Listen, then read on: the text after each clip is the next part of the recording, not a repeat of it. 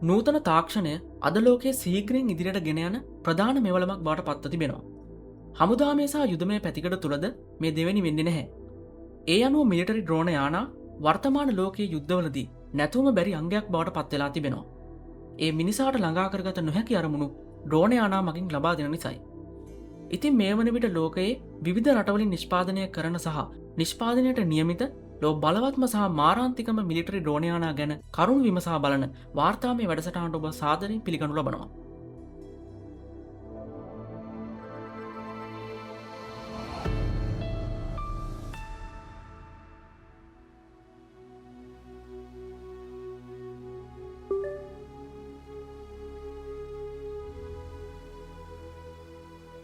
ඩ්‍රෝන යානාවක් යනු දුරස්ථ පාලකයකින් හෝ ස්වංක්‍රිය වැඩසටහනක් මගින් ගුවන්ගත කළ හැකි විවිධ අරමුණු සඳහා යොදාගන්නා මිනිසුන් රහිත යානාවක් ලෙස සරලව අපට හැඳින්විය හැකිවනවා. මෝටර් හෝ එන්ජින් වලින් බලගැන්වෙන කුඩා බහුරොට උපාංගවල සිට දැවන්ත ස්ථාවර පියාපත් සහිත ගුවන් යානා දක්වා ගුවන් තාක්ෂණයේ නව මායිමක් ලෙස මෙම ඩ්‍රෝන යානා දක්නට ලැබෙනවා. හමුදාමේ පසුබිම තුල ප්‍රධාන වශයෙන් UAV සහ UCAV ලෙස ඩ්‍රෝන යානා කාණ්ඩයන් අපට දැකිය හැකියි. අන්මෑන් ඒරියල් වෙහිකල් හෙවත් UAV ඩ්‍රෝන යානා ඔත්තු බැලීම සහ සිතියම්ගත කිරීම වැනි කාර්යයන් සඳහා උසස් කැමරා සහ සංවේදක සමන්විතව භූමි පාලක මධ්‍යස්ථාන වෙත අඛණ්ඩව තත්ත්වකාලීන දත්ත ලබා දෙමින් ආසෙයි ඇසක් ලෙස ක්‍රියා කරනු ලබනවා. මෙම ඩ්‍රෝන යානා තාක්ෂණයේ වඩාත්ම බලගතු අනුවාදය වන්නේ අන්මෑන් කම්බැට් ඒරියල් වෙහිකල් හෙවත් UCAV නම් මිනිසුන් රහිත සටන් ගුවන් ඩ්‍රෝන යානයි. UCAV විශේෂයෙන් නිර්මාණය කර ඇත්තේ මිසයිල සහ බෝම්බ වැනි ආයුධ රැගෙන ගොස් ප්‍රහාර එල්ල කිරීමට හෝ ඩ්‍රෝන යානයම සම්පූර්ණ ප්‍රහාරය බවට පත් කිරීමටයි. සාමාන්‍යයෙන් දුරස්ථ ක්‍රියාකාරයෙකු විසින් පාලනය කරන අතර මෙම ඩ්‍රෝන යානාවලට UAV හැකියාවන්ත සහිතව නමුත් උසස් තාක්ෂණයෙන් යුක්තව මෙහෙයුම් සිදු කිරීමට සහ ප්‍රහාර දියත් කිරීමට හැකිවනවා. යුදමය අවස්ථාවන් තුලදී මෙම මිනිසුන් රහිත පද්ධති භාවිතා කිරීමට උත්සාහ ගනු ලබන්නේ භයානක හෝ අඳුරු යයි සැලකෙන මෙහෙයුම් මිනිස් ගුවන් නියමුවන්ට වඩා සාර්ථකව සිදු කළ හැකි බැවින් එමගින් මිත්‍ර පාර්ශික මානව සම්පත් ආරක්ෂාවනවා වගේම සාම්ප්‍රදායක මිනිසුන් සහිත ගුවන් යානා හා සසඳන විට ඒවා ක්‍රියාත්මක කිරීමට සහ නඩත්තු කිරීමට භාවිත වන පිරිවැයද අවම වනවා. ඒ වගේම මෙම ඩ්‍රෝන යානාවලට මිනිසුන් සහිත ජෙට් යානාවලට වඩා වැඩි කාලයක් ගුවනෙහි රැඳී සිටිය හැකිවීම, බුද්ධි තොරතුරු රැස් කිරීම, වඩා නිවැරදි ප්‍රහාර දියත් කළ හැකිවීම සහ උපාය මාර්ගික වශයෙන් ප්‍රහාරක යානා සමග කාර්යක්ෂම භාවිතා කළ හැකිද වනවා. ඒ අනුව මෙතැන් සිට අප මෙතෙක් ලෝ බලවත්ම සහ මාරාන්තිකම ඩ්‍රෝන යානා 6ක් ගැන සවිස්තරාත්මක කරුණු සොයා බලමු.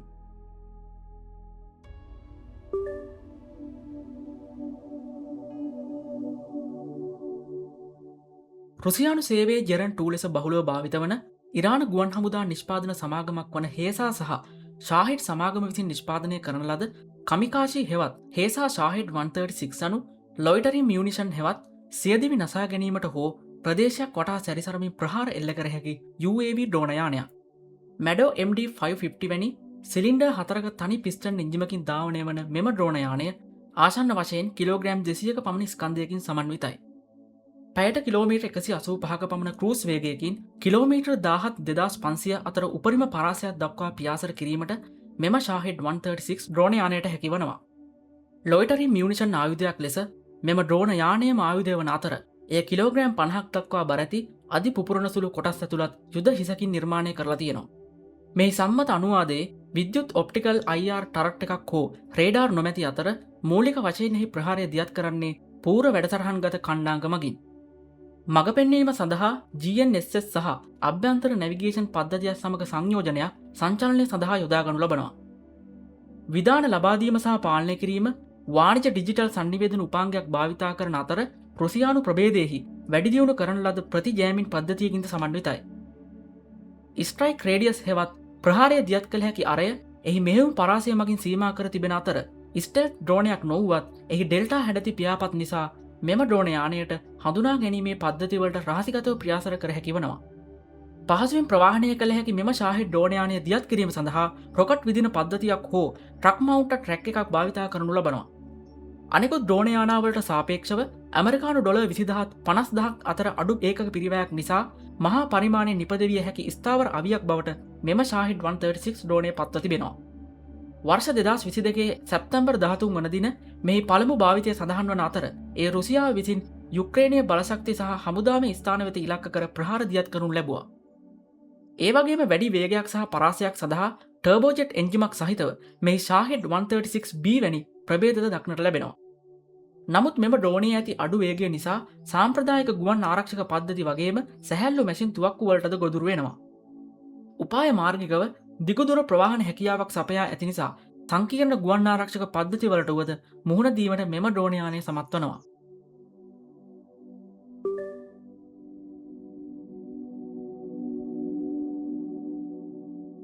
ඊශ්‍රායල ගුවන් හමුදාවේ ඊතන් ලෙස හඳුන්වන මෙම IAI හීරෝන් TP ඩ්‍රෝන යානය ඊශ්‍රායලය විසින් සංවර්ධනය කරන ලද උපාය මාර්ගික මීඩියම් ඇල්ටිටියුඩ් ලෝන් එන්ඩියුරන්ස් හෙවත් මධ්‍යම උන්නතාංශ දිගු පියාසර කාලයක් සහිත UAV ඩ්‍රෝන යානයක්. මෙහි විශාල ගුවන් රාමුවක් තුළ කිලෝග්‍රෑම් 2700ක උපරිම බර පැටවීමේ ධාරිතාවක් සමඟ කිලෝග්‍රෑම් 5670ක් දක්වා උපරිම ගුවන්ගත කිරීමේ බරකින් යුක්තව නිර්මාණය කරලා තියෙනවා. අශ්වබල 1200ක ප්‍රට්ටන් විට්නි කැනඩා PT6A ටර්බෝ ප්‍රොප් තනි ඉංජිමකින් බලගැන්වෙන නිසා පැය 30කට අධික කාලයක් ගුවනේ රැඳී සිටීමට හැකිවනවා. මීටර් 14000ක් එනම් අඩි 45000ක් දක්වා ඉහළ උන්නතාංශයකට පියාසර කළ හැකිවීම මෙම හීරෝන් ඩ්‍රෝනයේ දැකිය හැකි විශේෂ ලක්ෂණයක්. ඒ නිසා කෙටිතුර ගුවන් ආරක්ෂක පද්ධතිවලට මගහැර පියාසර කළ හැකි වනවා. පැයට කිලෝමීටර් 407ක් දක්වා උපරිම වේගයක් ඇති මෙම ඩ්‍රෝන යානයට කිලෝමීටර් 7400කට අධික පියාසර පරාසයක්ද පවතිනවා. ප්‍රහාර දියත් කිරීම සඳහා හාඩ් පොයින්ට් කිහිපයක යුද්ධෝපකරණ ඇතුළුව කිලෝග්‍රෑම් 2700ක් දක්වා සැලකිය යුතු බරක් රැගෙන යාමටද හැකිවනවා. ඒ වගේම මෙහි M19 HD electro optical IR ටරට් සහ GMTI වැනි ඉලක්ක දර්ශක සමග අධිවිභේදන SAR රේඩාර්ද ඇතුළත් වනවා. ඩ්‍රෝනයට ප්‍රහාර දියත් කිරීමට මෙන්ම වෙනත් භූමි වේදිකාවල සිට ප්‍රහාර දියත් කිරීම සඳහා අවශ්‍ය නිවැරදි ඉලක්ක ලබා දීමට ලේසර් පද්ධතියකින්ද සමන්විත වනවා. සම්පූර්ණ වශයෙන් INS GPS මගින් සංචාලනය වන අතර එහි ආයුධ GPS INS සහ ලේසර් පද්ධතිය සමග අනුකූල වනවා. විධාන ලබාදීම සහ පාලනය කිරීම ගෝලීය වශයෙන් සක්‍රිය කරමින් LOS හෙවත් Line of Sight සහ BLOS හෙවත් Beyond Line of Sight SATCOM සංනිවේදන පද්ධති දෙකෙන්ම සහාය දක්වනවා. ඊශ්‍රායල් Aerospace Industries විසින් නිෂ්පාදනය කරන ලද මෙම ඩ්‍රෝනය හීරෝන් හී TP XP ප්‍රභේදය ජර්මනිය වැනි ජාත්‍යන්තර ගණුම්කරුවන් සඳහා දපනයනය කෙරෙනවා. ඊතන් වර්ෂ 2010දී IAF සමග සේවයට ඇතුළත් වූ අතර ගාසා තීරයේ ඔත්තු බැලීම සහ ඉලක්ක හඳුනා ගැනීමට මෙන්ම සිරියාව සහ ලෙබනන ආදී රටවලට ප්‍රහාර දියත් කිරීම සඳහාද යොදා ගනු ලැබුවා.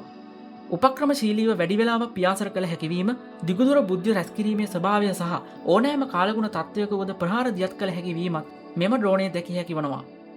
ඒ අනුව මෙම හීරෝන් ඩ්‍රෝන යානයක් ඩොලර් මිලියන 35-45 පමණ අධික වටිනාකමකින් යුක්ත වනවා.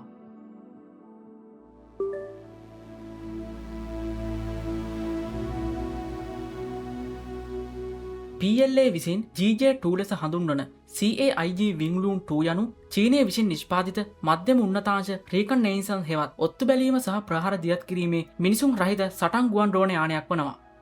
ඒ වගේම මෙම ඩ්‍රෝනය පූර්ණ ලෙස මෙහෙයුම් සඳහා ක්‍රියාත්මක වන අතර මේ වන විට රටවල් බොහෝමයක් භාවිතා කරනු ලබනවා. සිහින් බඳක් සහ වී හැඩති වලගියකින් සමන්විත මෙම ඩ්‍රෝන යානය WJ9A තනි ටර්බෝ ප්‍රොප් එන්ජිමකින් බලගැන්වෙන අතර කිලෝග්‍රෑම් 4200ක උපරිම ගුවන්ගත කිරීමේ බර සමග කිලෝග්‍රෑම් 480ක අමතර බරක්ද රැගෙන යා හැකියි. එමෙන්ම මීටර් 9900ක හෙවත් අඩි 32000ක් පමණ උන්නතාංශයකට ළඟා විය හැකි අතර කිලෝමීටර් 1500ක මෙහෙයුම් අරයක පියාසර කළ හැකි වනවා. පැයට කිලෝමීටර් 370ක උපරිම වේගයකින් පියාසර කළ හැකි මෙම විංග්ලූම් 2 ඩ්‍රෝනයට අඩු බරක් මත පැය 32කට අධික කාලයක් ගුවනේ රැඳී සිටීමටද හැකිවනවා. තටුවෙහි යට සවිකරන ලද හාඩ් පොයින්ට් 6ක BA-7 ඇන්ටි ටැන්ක් මිසයිල සහ FT සීරියස් ලේසර් ගයිඩඩ් බෝම්බ සමග ආයුධ සන්නද්ධ කර තිබෙනවා. ඩ්‍රෝන යානය නිරීක්ෂණ සහ ඉලක්ක කිරීම සඳහා ඉලෙක්ට්‍රෝ ඔප්ටිකල් ඉන්ෆ්‍රාරෙඩ් ටරට් එකක් සහ SAR හෙවත් සින්තටික් ඇපර්චර් රේඩාර් වලින් සමන්විතයි. ඩ්‍රෝනය පියාසර කිරීම INS GPS වගේම බෙයිඩෝ නැවිගේෂන් පද්ධතියක් ඇති අතර අවි සඳහා මාර්ගෝපදේශකයක් ලෙස GPS INS සහ ලේසර් භාවිතා කරනු ලබනවා. ඩ්‍රෝනය අර්ධ ස්වයංක්‍රීය ප්‍රහාර එල්ල කරන අතර මෙහෙයීම සඳහා මිනිස් සහායද අවශ්‍ය වනවා. විධාන ලබාදීම සහ පාලනය කිරීම GCS මගින් සිදු කරන අතර LOS සහ BLOS SATCOM යන එන්ක්‍රිප්ටඩ් සංනිවේදන දෙකටම සහාය දක්වන අතර ඇන්ටි ජෑම් පද්ධතියකින්ද සමන්විත වනවා. විංග්ලූන් 2 හට ඉහළ ආයුධ නිරවද්දතාවයක් සහිත ප්‍රහාර එල්ල කර හැකි නමුත් මෙහි මීටර් 9900ක මධ්‍යම උන්නතාංශය නිසා නවීන ගුවන් ආරක්ෂක පද්ධතීන්ට මෙන්ම මෑන්පෑඩ් සහ ඉලෙක්ට්‍රොනික වෝෆෙයාර් හෙවත් ඉලෙක්ට්‍රොනික යුද්ධවලටද මුහුණ දීම අභියෝගකාරී වනවා. UCAV ඩ්‍රෝනයකට ගුවන්ගත කිරීම සහ ගොඩබෑම සඳහා සාම්ප්‍රදායක ධාවනපතයක් අවශ්‍ය වන නිසා මෙවැනි යානා සඳහා දුරස්ථ නියමයකු සහ සංවේදක ක්‍රියාකරුවකුගෙන් සමන්විත පුහුණු GCS කාර මණ්ඩලයක්ද අවශ්‍ය වනවා. චෙන්ඩු එයාක්‍රෆ්ට් ඉන්ඩස්ට්‍රී ගෲප් හෙවත් CAIG විසින් නිෂ්පාදනය කරන ලද මෙම ඩ්‍රෝනයක් ඇමරිකානු ඩොලර් මිලියන 4.6ක් පමණ වටිනාකමින් යුක්ත වනවා. බටහිර නිෂ්පාදකයන්ට සාපේක්ෂව වඩා අඩු වටිනාකම හේතුවෙන් විශාල අපනයන සාර්ථකත්වයක් මෙම ඩ්‍රෝනයට ලැබිලා තියෙනවා. වර්ෂ 2017 දී පළමු ගුවන් ගමන සිදු කර වර්ෂ 2018 සේවයට ලබාගත් මෙම වින්ග්ලුම් ඩ්‍රෝනය වර්ෂ 2020 ලිබියාව සහ යේමනයේ මෙහෙයුම් සඳහා බහුලව යොදා ගන්නා ලද නමුත් එහිදී අවම වශයෙන් ඒකක 6ක්වත් අහිමි වී ගිය බවද වාර්තා වනවා. විවිධ එන්ජින් සමගින් CH, GJ සහ WZ ආදී වශයෙන් අනුවාදයන් තිබෙන අතර ඒවා අඛණ්ඩව යාවත්කාලින කරනු ලබනවා.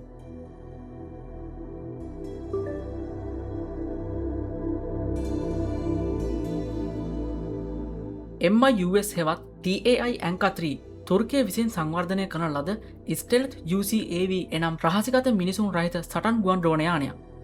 එය දැනට මූලාකෘති පර්යේෂණ මට්ටමේ පැවතියත් වර්ෂ 2026 දී හඳුන්වා දීමට නියමිතයි. TF-10000 වැනි ටර්බෝෆෑන් ජෙට් එන්ජින් දෙකකින් බලගැන්වීමට නියමිත මෙම ඩ්‍රෝනය වලිග රහිත ෆ්ලයින් විං පියාපත් රාමුවක් සහිතයි.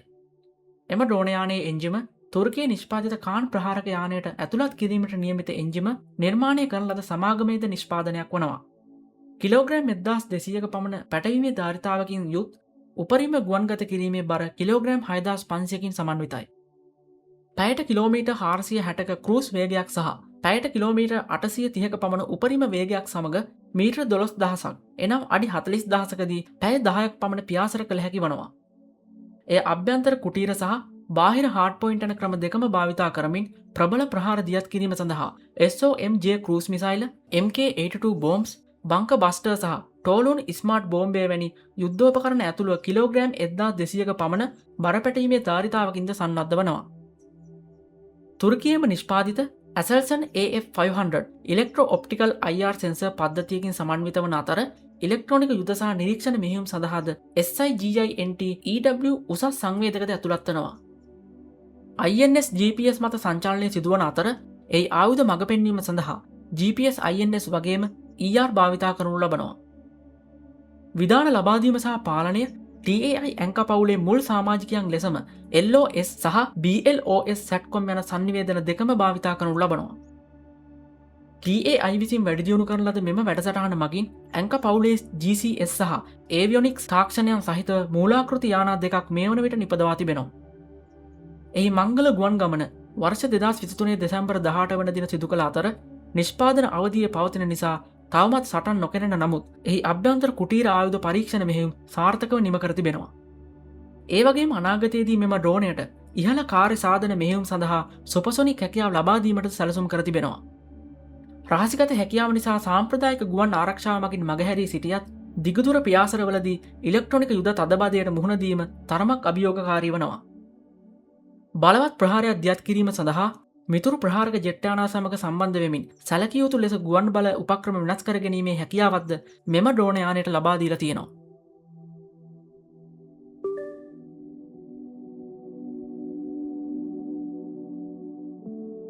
ප්‍රෙඩේටර් B ලෙස හඳුන්වන MQ-9 රීපර් යනු ඇමරිකා එක්සත් ජනපදය විසින් නිපදවන ලද මධ්‍යම උන්නතාංශ පියාසර කිරීමක් ඇති UCAV හෙවත් මිනිසුන් රහිත ප්‍රබල සටන් ඩ්‍රෝන යානයක්.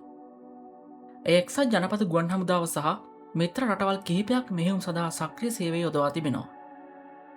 විශ්වාසනීය හනීවෙල් TPE-331 ටර්බෝ ප්‍රොප් තනි එන්ජිමකින් බලගැන්වෙන මෙම ඩ්‍රෝන යානය කිලෝග්‍රෑම් 4700ක පමණ උපරිම බරකින් සමන්විත වනවා. එමෙන්ම ISR මෙහෙයුම් සඳහා උපරිම පැය 27ක පියාසර කාලයක් සහ එක්ස්ටෙන්ඩඩ් රේන්ජ් මොඩිෆිකේෂන් සමග පැය 34ක් දක්වා පියාසර කළ හැකි වනවා. ඩ්‍රෝනය සතුව අභ්‍යන්තර කුටීර නොමැතිවුවත් බාහිර හාඩ් පොයින්ට් 7ක කිලෝග්‍රෑම් 1700ක පමණ මාරාන්තික AGM Hellfire මිසයිල සහ GBU-12 Paveway 2 හෝ GBU-38 වැනි බලවත් බෝම්බද රැගෙන යාමට හැකි.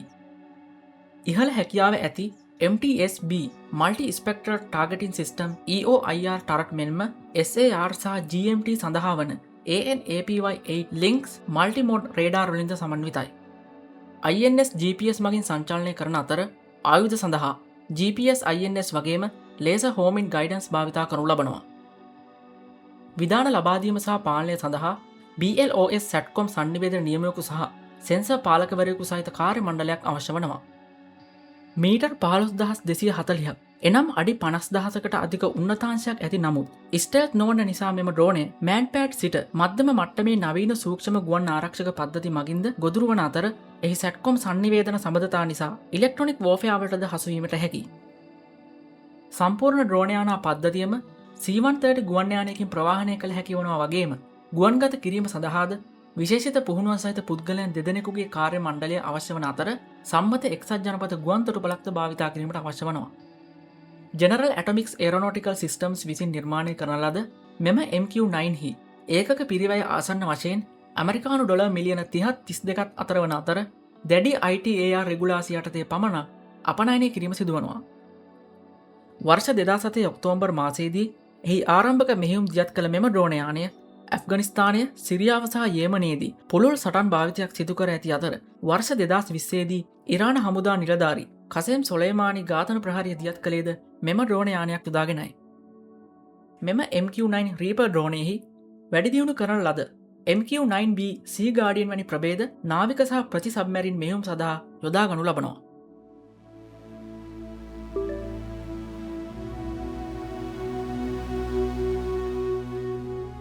S-70 ඔක්හොට්නික් B නොහොත් හන්ටර් යනු රුසියා විසින් දැනට සංවර්ධනය කරමින් පවතින ස්ටෙල්ත් UCAV හෙවත් රහසිගත මිනිසුන් රහිත බලවත් සටන් ඩ්‍රෝනයානය. වලිග රහිත පියාපත් ගුවන් රාමුවකින් සමන්විත මෙම ඩ්‍රෝනය AL-31F ටර්බෝෆෑන් තනි එන්ජිමකින් බලගැන්වෙන අතර කිලෝග්‍රෑම් 25ක් පමණ උපරිම ගුවන්ගත කිරීමේ බරක් රැගෙන පියාසර කළ හැකි වනවා. පැයට කිලෝමීටර් 1000ක් තරම් උපරිම වේගයකින් පියාසර කළ හැකි වනවා වගේම දිගුකාලීන මෙහෙයුම් සඳහා නිර්මාණය කර ඇති අතර කිලෝමීටර් 6000ක් දක්වා වූ උපරිම පරාසයකට පියාසර කළ හැකිද වනවා. S-70 හි අභ්‍යන්තර කුටීර දෙකක් තුළ කිලෝග්‍රෑම් 2800ක පමණ KH-38 KH-59 වැනි ගුවනේ සිට මතුපිට මිසයිල වගේම PGMS ලේස බෝම්බද රැගෙන පියාසර කළ හැකි. එහි උසස් සංවේදක පද්ධතියට ඉලෙක්ට්‍රෝ ඔප්ටිකල් IR සංවේදක සහ සින්තටික් රේඩාර්ද ඇතුළත් වන අතර නවීන AI පාදක ඉලක්ක කිරීම සඳහා අභ්‍යන්තර පද්ධතියකින්ද සමන්විතයි. සංචලනය කිරීම සහ ඉලක්ක හඳුනා ගැනීමට INS GNSS නැවිගේෂන් පද්ධති භාවිතා කරනු ලබනවා. මෙම ඩ්‍රෝනේ සැලසුම් කර ඇත්තේ විශේෂයෙන් Su-57 වැනි වෙනත් ප්‍රහාරක යානා සමග ඉහළ සංනිවේදනයක් සහ සහයෝගීව කටයුතු කිරීමටයි. මුල් මූලාකෘතිවල නන් ඔප්ටිමයිස් එනම් ප්‍රශස්ත නොවන එන්ජින් නසල් තිබුණද ආවේනික පියාසර පියාපත් සැලසුම සහ ස්ටෙල්ත් තාක්ෂණය මගින් ඩ්‍රෝනය පැවැත්ම වැඩිදියුණු වෙලා තියෙනවා. MQ රීපර් වගේම මෙම S-70 ඩ්‍රෝනයටද ගුවන් ගතවීම සහ ගොඩවෑම සඳහා සාම්ප්‍රදායික ගුවන් ධාවන පත අවශ්‍ය වනවා. සුහෝයි ඩිසයින් බුරේ සහ මිකෝයන් මින් සමාගම විසින් වැඩිදියුණු කරන ලද මෙම S-70 ඩ්‍රෝනය අධි අවදානම් මෙහෙයුම් වලදී නිරවද්‍ය මාරාන්තික ප්‍රහාරයක් එල්ල කිරීමට මානව සහයද අවශ්‍ය වනවා.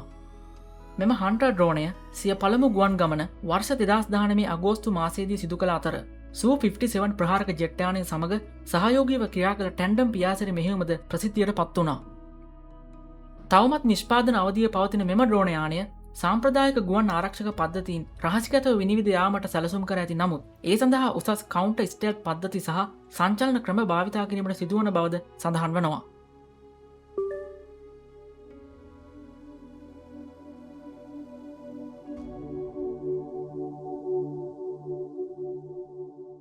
ඉතින් මේ කරුණුකාරණා එක්ක අපගේ වීඩියෝයේ අවසානය කරා අපි ළඟා වුණා. දිනෙන් දින දියුණු වන තාක්ෂණය නිසා අනාගත ඩ්‍රෝන යානා කෙසේ විය හැකිද යන්න අපට සිතා ගැනීමටවත් නොහැකි වේවි. සිතා බලන ඩ්‍රෝන යානා හමුදාවකට ඔබට මුහුණ දීමට සිදුවහොත් මෙම ප්‍රහාරාත්මක මිලිටරි ඩ්‍රෝන යානා යුදමය අවස්ථාවල මිල කළ නොහැකි නමුත් විනාශකාරී අරමුණින්ම නිර්මාණය කර ඇති බව අපට දැක ගන්න පුළුවන්. නමුත් සියලු ඩ්‍රෝන යානා එසේ නොවන අතර සෙවීම සහ බේරා ගැනීම, වෛද්‍ය ආධාර සැපයීම, කෘෂිකර්මාන්තය, කැමරාකරණය සහ වනජීවී ක්‍රියාන්විතයන් ඇතුළු වැදගත් අවශ්‍යතා සඳහාද නිර්මාණය කර තිබෙනවා. ඉතින් මේ වීඩියෝ වැදගත් කියලා හිතෙනවා නම් අපගේ දැනුම් යාත්‍රාව YouTube channel එක subscribe කරන්නත් අමතක කරන්න එපා. අනිත් අයට දැනගන්න වීඩියෝ share කරන්නත් ඔබට හැකියි. ඉතින් තවත් මෙවැනිම දැනුම පිරුණු වීඩියෝකින් හමු වනතුරු ඔබට සුබ දවසක්.